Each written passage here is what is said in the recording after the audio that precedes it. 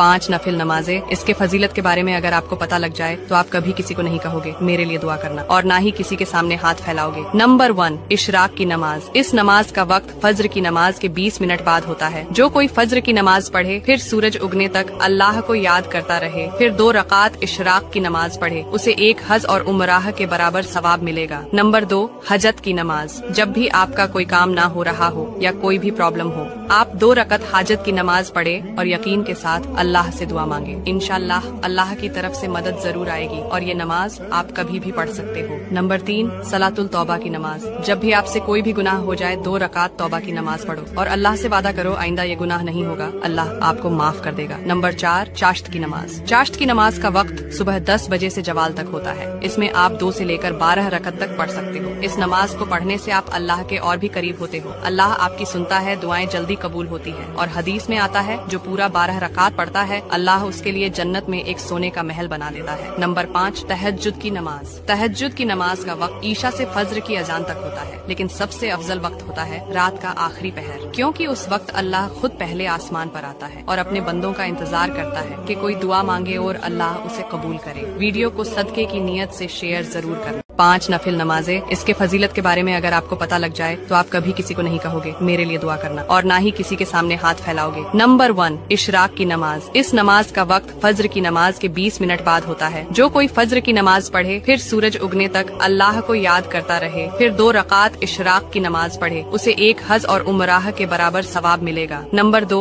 हजत की नमाज। जब भी आपका कोई काम ना हो रहा हो या कोई भी प्रॉब्लम हो, आप 2 रकत हाजत की नमाज पढ़े और यकीन के साथ अल्लाह से दुआ मांगे। इंशाअल्लाह अल्लाह की तरफ से मदद जरूर आएगी और ये नमाज आप कभी भी पढ़ सकते हो। नंबर 3, सलातुल तौबा की नमाज। जब भी आपसे कोई भी गुनाह हो जाए 2 रकात तौबा की नमाज पढ़ो और अल्लाह से वादा करो आइंदा ये गुनाह नहीं होगा, अल्लाह आपको माफ कर देगा। नंबर 4, चाश्त की नमाज। चाश्त की नमाज का वक्त सुबह 10 बजे से जवाल तक होता है। इसमें आप 2 से लेकर 12 रकत तक पढ़ सकते हो। इस नमाज को पढ़ने से आप अल्लाह के और भी करीब होते हो। अल्लाह आपकी सुनता है, दुआएं जल्दी कबूल होती है, और हदीस में आता है जो पूरा 12 रकात पढ़ता है अल्लाह उसके लिए जन्नत में एक सोने का महल बना देता है। नंबर 5, तहज्जुद की नमाज। तहज्जुद की नमाज का वक्त ईशा से फज्र की अजान तक होता है, लेकिन सबसे अफजल वक्त होता है रात का आखिरी पहर, क्योंकि उस वक्त अल्लाह खुद पहले आसमान पर आता है और अपने बंदों का इंतजार करता है कि कोई दुआ मांगे और अल्लाह उसे कबूल करे। वीडियो को सदके की नियत से शेयर जरूर करें। 5 नफिल नमाजें। इसके फजीलत के बारे में अगर आपको पता लग जाए तो आप कभी किसी को नहीं कहोगे मेरे लिए दुआ करना, और ना ही किसी के सामने हाथ फैलाओगे। नंबर 1, इशराक की नमाज। इस नमाज का वक्त फज्र की नमाज के 20 मिनट बाद होता है। जो कोई फज्र की नमाज पढ़े फिर सूरज उगने तक अल्लाह को याद करता रहे, फिर 2 रकात इशराक की नमाज पढ़े, उसे 1 हज और उमराह के बराबर सवाब मिलेगा। नंबर 2,